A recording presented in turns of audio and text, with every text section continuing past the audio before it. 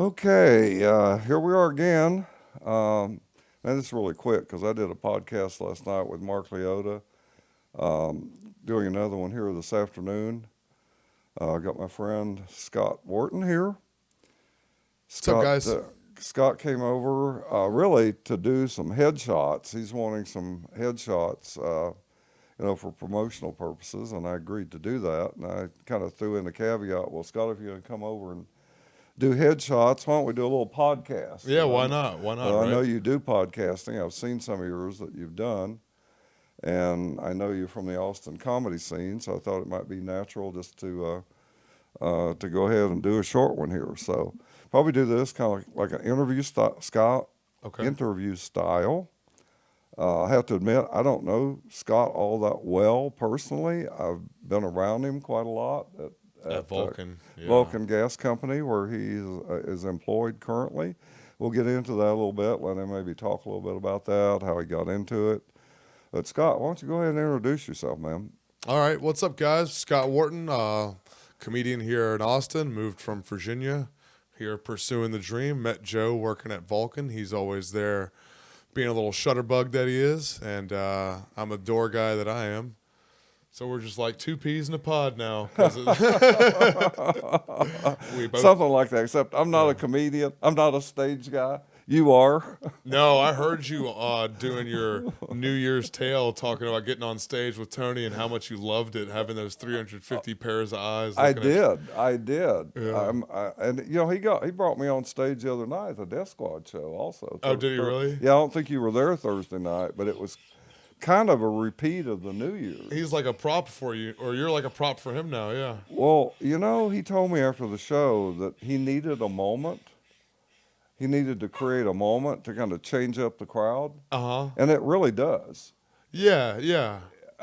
Because it's out of the ordinary, old guy, young guy. Uh-huh. He's he's roasting me basically. Yeah. And it really gets the crowd's interest going. Of course, I'll do a few little stupid things, Yeah. And it changes up the whole scene. Yeah. And it was actually worked really well the other night because the crowd was, I gotta say, it was not a very good crowd. And they'd been very dull up until Tony's set, roughly. Mm-hmm.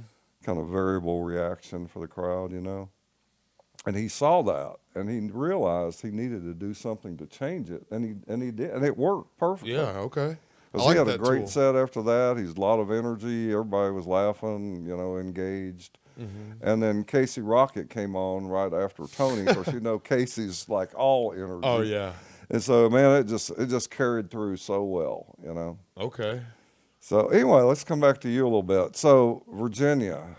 I looked at something, I think, on your bio. You're from Spotsylvania, Virginia. So Spotsylvania is the county. Fredericksburg is like the city. Fredericksburg. Yeah. I'm trying to revive my memory of Virginia.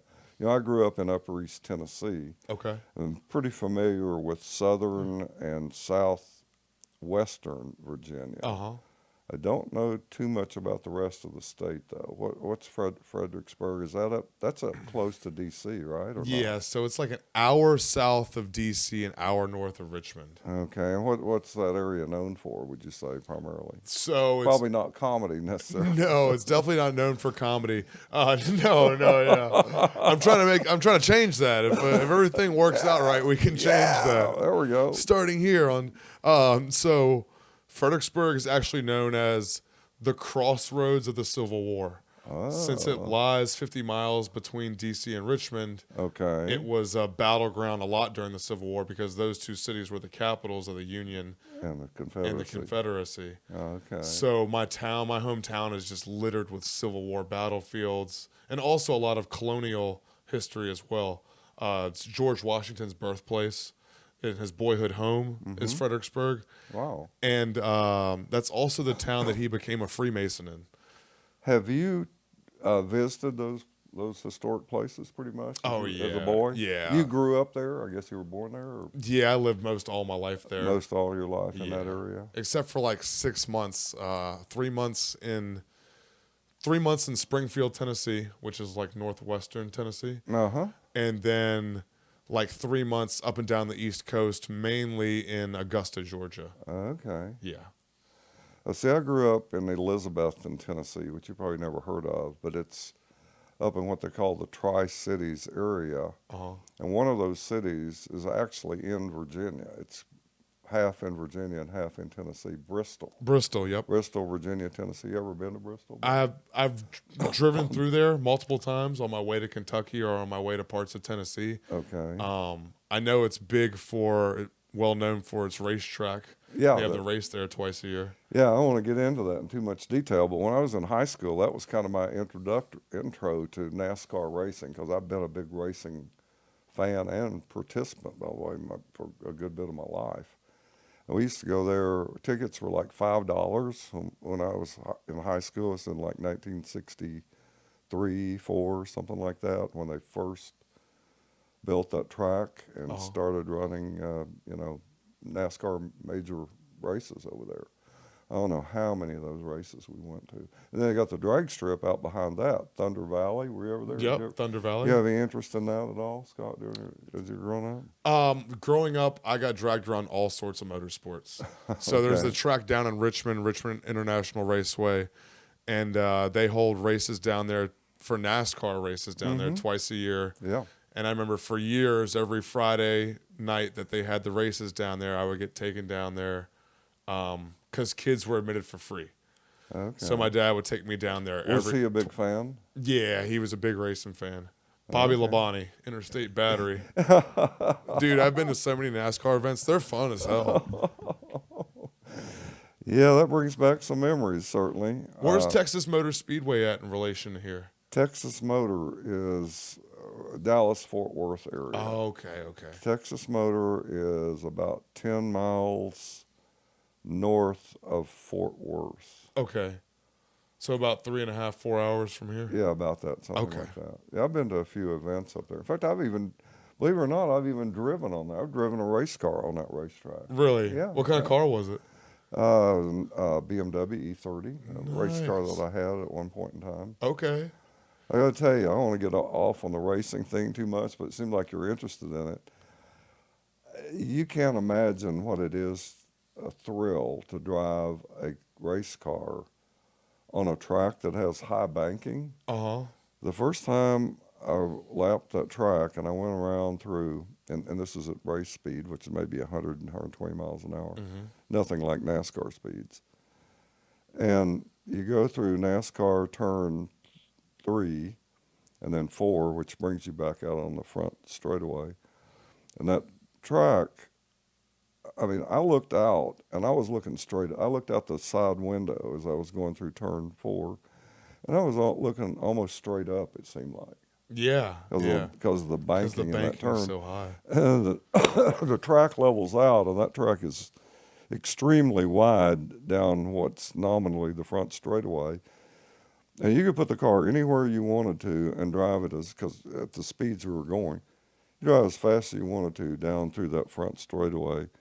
And then, of course, they didn't allow you to run through NASCAR 1 and 2. We ran down the apron and came back around. Okay. That was the one and only race that we had at that track in this particular series I was involved in. And that's been maybe 8 years ago, I want to say, that we did that event. That sounds fun. Yeah, it was a blast. And we used to have another track over at College Station, Texas World Speedway, which used to be a NASCAR track back in the 60s, and it was not necessarily successful and eventually closed down, but it was still open for amateur events up until about 4 years ago, I guess. Is it abandoned now?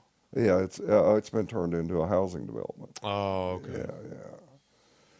So anyway, let's move away from the racing topic. I can talk about that all day. We could come back and talk to that all day. We should go down to Circuit of America sometime, though. Maybe. Been there, and we've raced. I have not personally driven on the track, but we've raced there. My team has raced there. Nice. Several times. Okay. Yeah. And we also raced down at Harris Hill. There's a private country club track that I'm a member of. It's down in Kyle. Okay. It's called Harris Hill Raceway.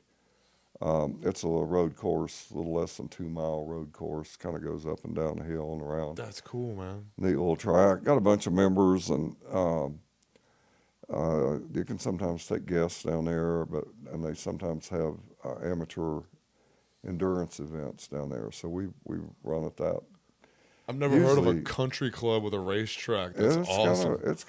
they're actually fairly popular around the country. Really?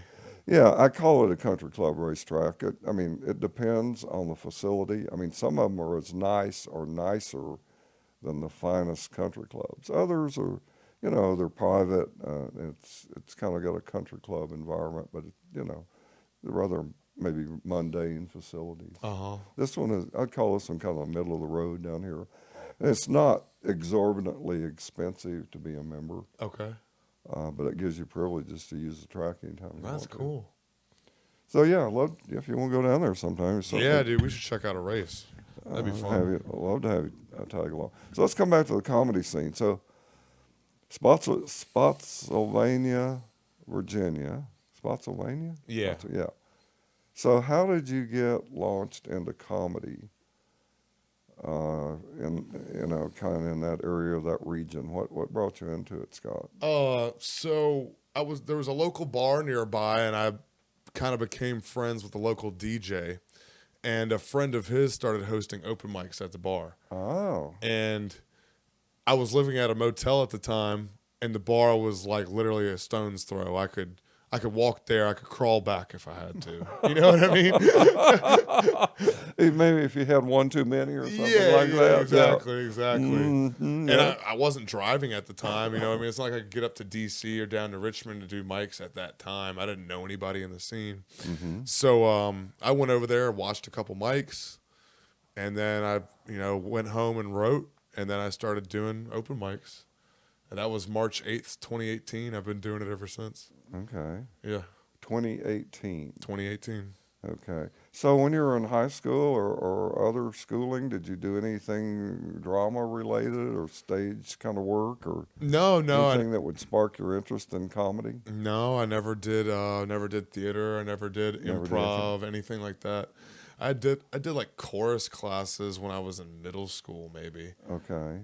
Singing, but other than being a jackass and a class clown, I didn't do anything that was. Somehow I can picture you being, I wouldn't call you the jackass, but I could see you being the class clown. That I could see, because you kind of remind me, both appearance-wise and your personality, of guys that I knew back in the day that, they had that outgoing personality and they were funny and, everybody loved them kind of thing. Yeah. Yeah. Is that kind of the way it worked for you? Yeah, a little bit of that, and always being the one to like challenge the teacher and stuff. Okay. I feel like a lot of comedians challenge authority. Okay. Yeah. Well, I guess there is a certain angle to that I can believe in, because one of the things I've come to learn about comedy is you have to push the limit for it to be funny. We can talk about mundane shit all day long, and it's probably not going to be funny. But if you start pushing the edge, pushing back on the edge of what's normally acceptable, shall we say, that's where it starts becoming funny, typically. Comedy is definitely about taking risks. And some people take too many risks sometimes. It Yeah. doesn't work too well. Hey, I've done it before. I've taken too many risks. Oh, you have? But when you talk about somebody like Casey Rocket, that's the reason he's so entertaining and fun to watch, because he takes a lot of risks. You know what I mean? But yeah, I've definitely taken risks and tried to get experimental and weird, and it's bombed or it's gone over people's heads. You know what I mean? So that was another thing I was thinking about before you came over here. I don't know for sure that I have ever seen you do stand-up. Have I? Maybe once at 18th over Austin. No. Oh. Now that's possible. Yeah. Back there sometime, right? Would that have been sometime back this year? Before daylight savings. Because I remember you were still there when you could watch the sunset at the mic. Okay. Now when you get there, it's already dark. Okay, I wonder if I took any pictures of you then. You might have. I don't know. I don't truly remember, because I don't think I've seen you pretty sure I haven't seen you anywhere else, but that is possible Yeah. over there. Because did you just do open mic, or you wanted to stand up? I haven't done the showcase over there. I haven't done Bianca's Okay. showcase yet. Okay. Just the open mic. So you were open mic. So you over might have there. been outside smoking a cigarette or something while the camera was. Could be on the it's tripod. possible. I sort of remember you being over there, though. Yeah. I think that's one of the first places I saw you. Well, no, the first place I saw you was Kill Tony. Was it Kill Tony? Yeah, because I started working Now, on Monday. when did you start working at Vulcan? I got in town on July 24th, and I started working at Vulcan on the 26th. This year, July the 24th. Yes, sir. Yeah, of 2021. So how did you get on there? What kind of credentials did you have to present, or what was the criteria for that? So I'm friends with Munford Davis. I'm sure you know Munford. Yeah, sure do. So he visited out here in last March. Okay. And he had extra plane ticket and brought me with him. Okay. To try to come out here, see the city, do comedy, see if we fit in or if we're ready, if we could hang. Mm-hmm. So we did that. The first day that we were here, I did Kill Tony at Antone's when Rogan was on episode 494. Okay. You were a bucket pull there, or Yeah, I was a bucket pull. in the corral. Did you get pulled, by the way? Yeah. Oh, you did I get got pulled. Yeah. Okay. So I got pulled, did my set, had a tremendous performance, and maybe was a little cringy on my interview. I see that happen all the time, man. It happens a lot. It happens more often than you think.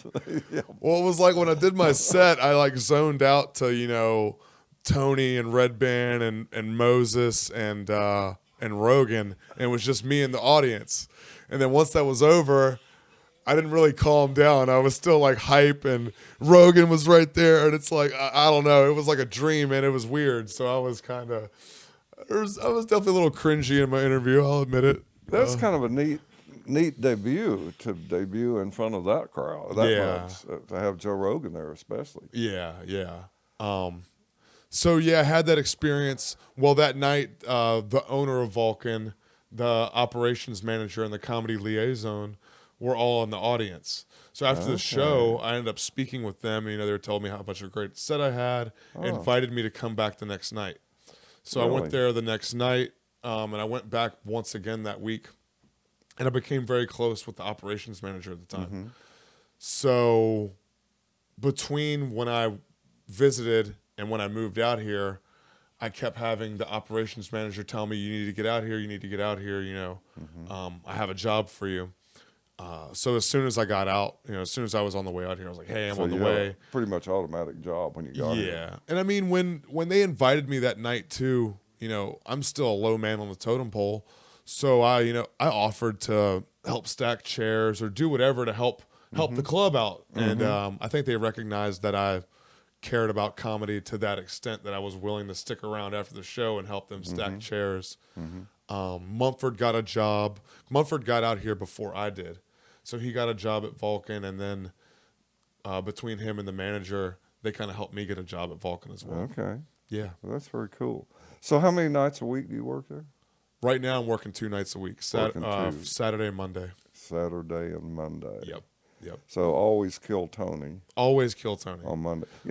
Coming back to what you said earlier about Antone's, we don't even talk about that place anymore, but in fact, didn't they close it down? Didn't the health department close them down?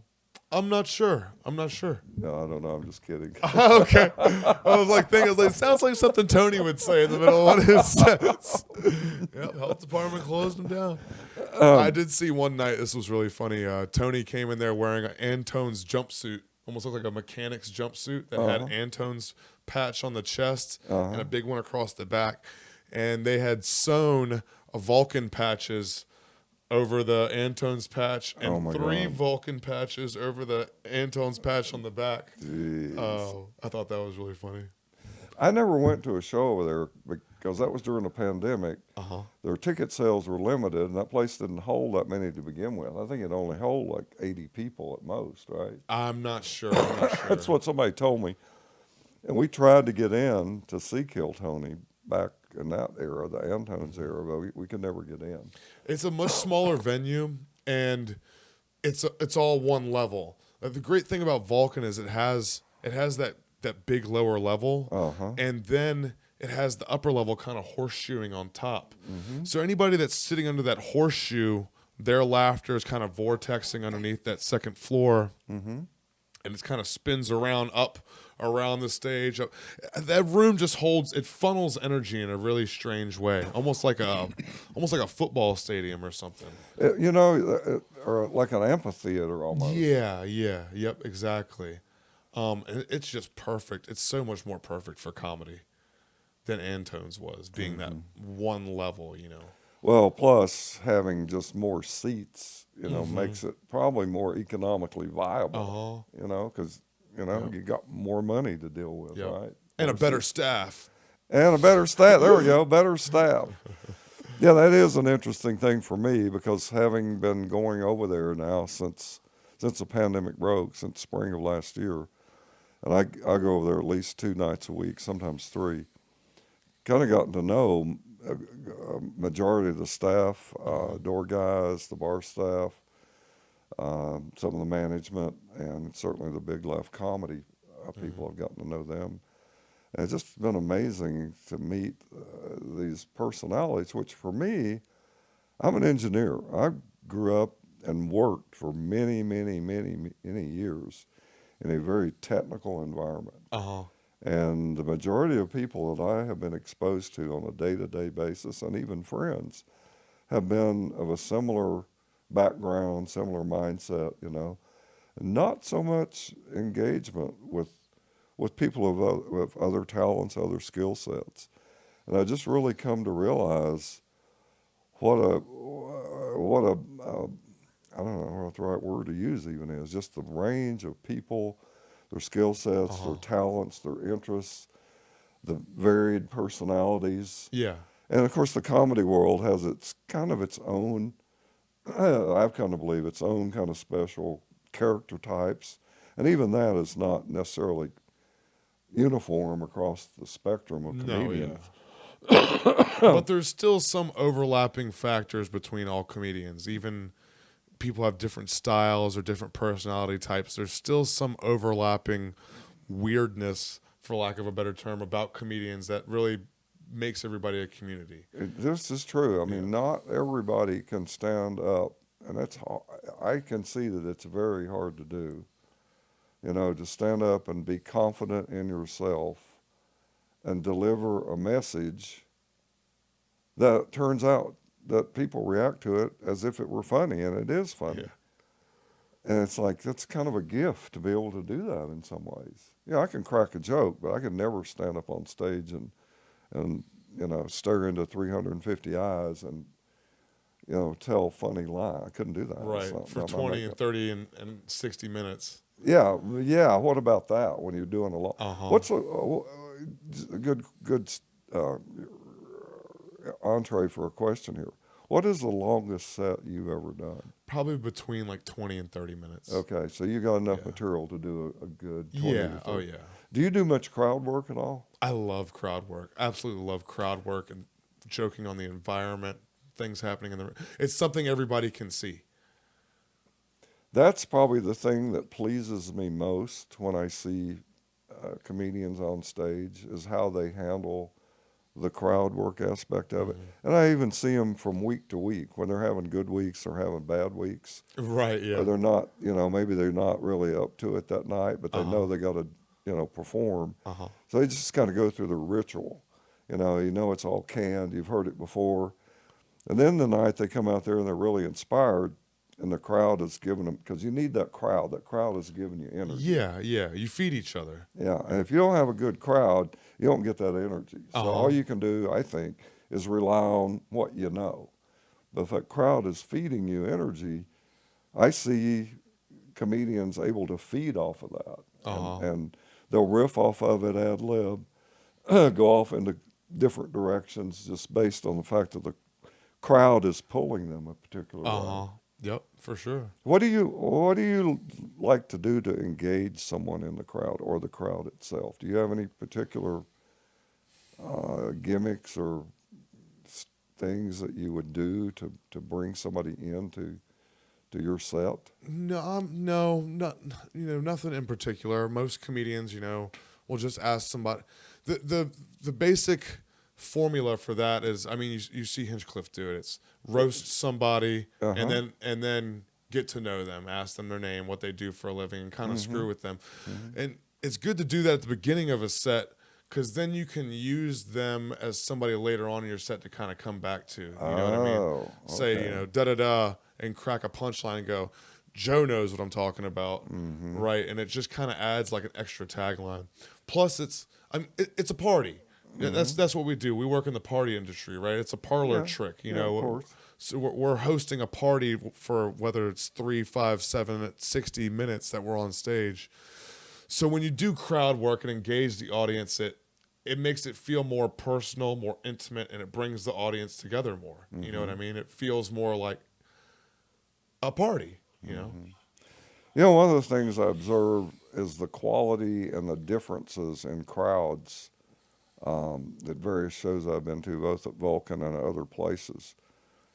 You know, there's kind of two types of people that I think come to comedy shows. People that really appreciate comedy. They know what they're going to. Uh-huh. They're going specifically because they want to hear comedy. They want to be in the party. Right, yeah. Then you got the hangers-oners. You know, there's friends that you drag along to the show. Right. Or there's some people walking down 6th Street and they say, oh, let's go take in a comedy show tonight. And they don't know shit about comedy, but it's Right. like, seemed like the cool thing to do because everybody's doing it, so let's go to a show. Well, they come in and, you know, they want to sit there and chatter amongst themselves, or they don't understand, you know, how a comedy show is supposed to go down. And Right. they're completely lost, out of place. Uh-huh. And they really project a lot of negative energy on the show. Uh-huh. Have you seen that? Yeah, totally. And it spreads like a virus, you know? It does. I've seen it like Yeah. that. It spreads like a virus. That's how you get those weird nights at Death Squad like you were talking about, you know? It's those casual comedy. It's the people who are just, and I'm not trying to knock anybody. I want everybody to Of come to course. comedy shows, but you're right. It's the people who are just looking for something to do and say, "Oh, comedy show, cool. That's an activity for us to go do." Who don't know the protocols of how a comedy show works, the etiquette, how to take a joke.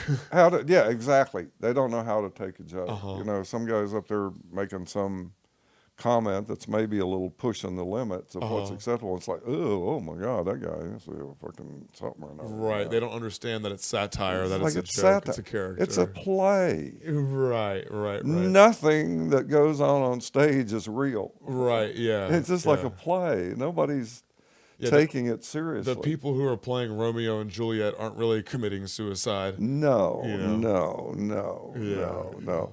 Now, I will say this. I think a lot of people that tell stories, the comedians that tell stories and relate things, there's probably a grain of truth in the story that they tell that gave them the basis for the story. I'll use the classic one. I hope Tony doesn't get mad at me for saying this, but his three-way in Louisville, Kentucky. Have you ever heard him do that? Yeah. He plays that out, and it's gotten longer and longer and longer the more he's been working on honing that material. And I would be willing to bet that it's got some basis of truth at the core of it. Now, maybe it wasn't with him, maybe it was with a buddy, or maybe he heard somebody that had an experience like that. But he's adopted that now to be that. Personally, I think that's one of his very, very best funny deliveries. It's a funny bit. It's absolutely hilarious. I've heard it many times. Every time I hear it, it gets that much more fun. No, yeah. You know what I'm talking about? Yeah, yep, 100%. Well, that's the great thing about comedy, and is that you can take something like that, and whether it's true or not, you can elaborate on the truth. You can stretch the truth a little bit. You can, when you're doing comedy, you can lie to make the joke funnier. You know, you could take that funny story that happened and put it in a strange place or add a strange character to it. You know what I mean? Or add a strange outcome. Or I always like it too when comedians kind of point things back at themselves and ultimately end up making fun of themselves in some way. Yeah. You know, they were somewhere they did something ridiculous and it came back on them, and it's like it had some kind of consequences. Yeah, I see that quite often. Well, if you want to be a comedian, you can't take yourself too seriously, and it's definitely a good tool to have to express to an audience that I don't take myself too seriously. You know what I mean? That's why it's okay to laugh at these other things I'm making fun of. You know what I mean? Because I don't hold myself sacred either. So why should this or that be, off limits? Do you go to any other venues around town at all? Oh, of course, I yeah. mean, I know you work at Vulcan, so you're there obviously automatically. Yes, of course. I'm a real company man too. My loyalty lies with Vulcan. That's my house. That's the banner I fly is Vulcan. But yeah, I've spent time at Creek doing mics. You like to do mics over there? Yeah. Creek's fun. I like to go over to the Creek. Kind of a different environment at the Creek, I think, than Vulcan. I mean, if you have to compare the two. A little bit of a different culture. A little different culture there. And also, it seems to be quite a hangout for comedians, and particularly the open mic crowd. It's a big hangout for them. Oh, yeah, 100%. Place to get together. Because you go in there, there's almost always a mic going on. Yep. And always people hanging out in the back room. Yeah. I think it's kind of cool watching that at No, times. yeah, it is. It's definitely the comedian's bar. And, when they have shows, like Bianca does shows. You ever watched one of Bianca's shows, Bianca Caparotto? The illicit comedy that she Bianca does? No, I've seen her shows at 18th over Austin. Okay. Her showcases there. Okay. Yeah. Yeah, because she's grown that quite a bit now to where she is having shows at various places around town. She just had a show over there Thursday night, one of her late night shows, which unfortunately conflicts with Death Squad on Thursday night. Yeah. I'd love to go to her shows more often, but I can't really do that because I really feel like I need to go to the Death Squad shows. Right, yeah. So You think that's where your priorities are at Vulcan with Big Laugh? Oh, definitely that. Yeah. Yeah, they've been good to me over there, and everybody treats me well. So it's like, they got to be my first priority. But I like to go to other places and just kind of investigate and explore, see what they have. But Basil, you're just making so freaking much noise. I know, and I have an alarm going off on my phone. Yeah. It's one of those moments that we're having here on the podcast. Yeah, well, it happens. Well, Scott, let me just say this about that. I mean, we've been going here for over 30 minutes. I don't want to take up too much of your time. Have anything else you'd like to comment on as far as the comedy scene or yourself or anything that we've touched on, or any questions for me? Nothing that really stands out, Joe. Are you going to be at our show on Sunday, Plump Fiction, on Sunday, January 23rd? Probably, yeah. Okay, yeah, Vulcan, yeah. Big Laugh Production. Probably will be, yeah. Cool. It would be great to see you over there. I hadn't thought about it exactly, but I certainly can come. I don't have anything planned. I guess the best question to ask you would be, how did you get into all this? How did you fall into the comedy scene, and going from being engineer and relatively anonymous to now you're on stage with Tony Hinchcliffe in front of 350 people. It is kind of odd, isn't it? Yeah. It was really kind of out of boredom in some ways. Really? Back during the pandemic, we really couldn't go anywhere. A buddy of mine who also comes to Vulcan with me quite often. Yeah, I know you're talking about. Yeah, Trice. He's a big comedy fan, and he knew of a weekly show that was going on up at Cherrywood Coffee House. Have you ever been up to Cherrywood? Cherrywood's up on 32nd Street, I think. It's an outdoor venue. They have food, good food. Outdoor venue, stage. And they were having shows up there even during the pandemic because you could get separation. People had to wear masks. Right. Limited the They're attendance. outdoors.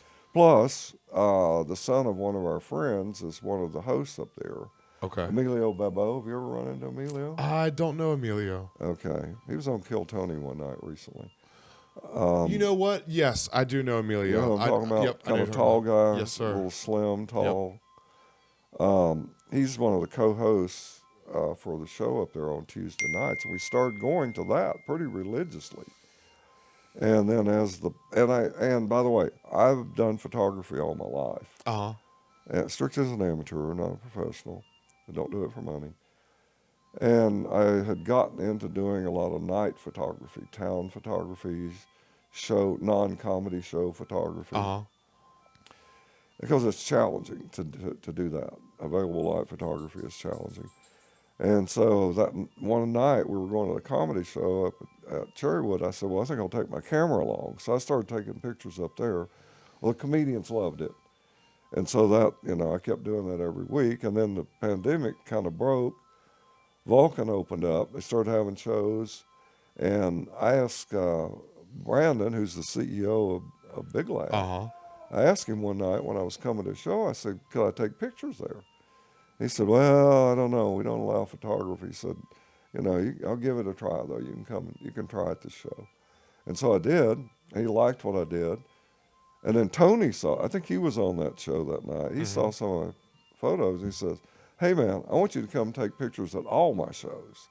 And so that's really was kind of the door opener for me. And I've been doing that now since basically April of this year.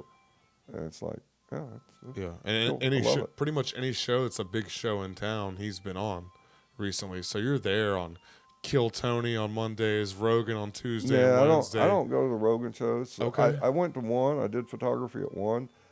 Those shows are kind of closed to photography. Okay. They do not.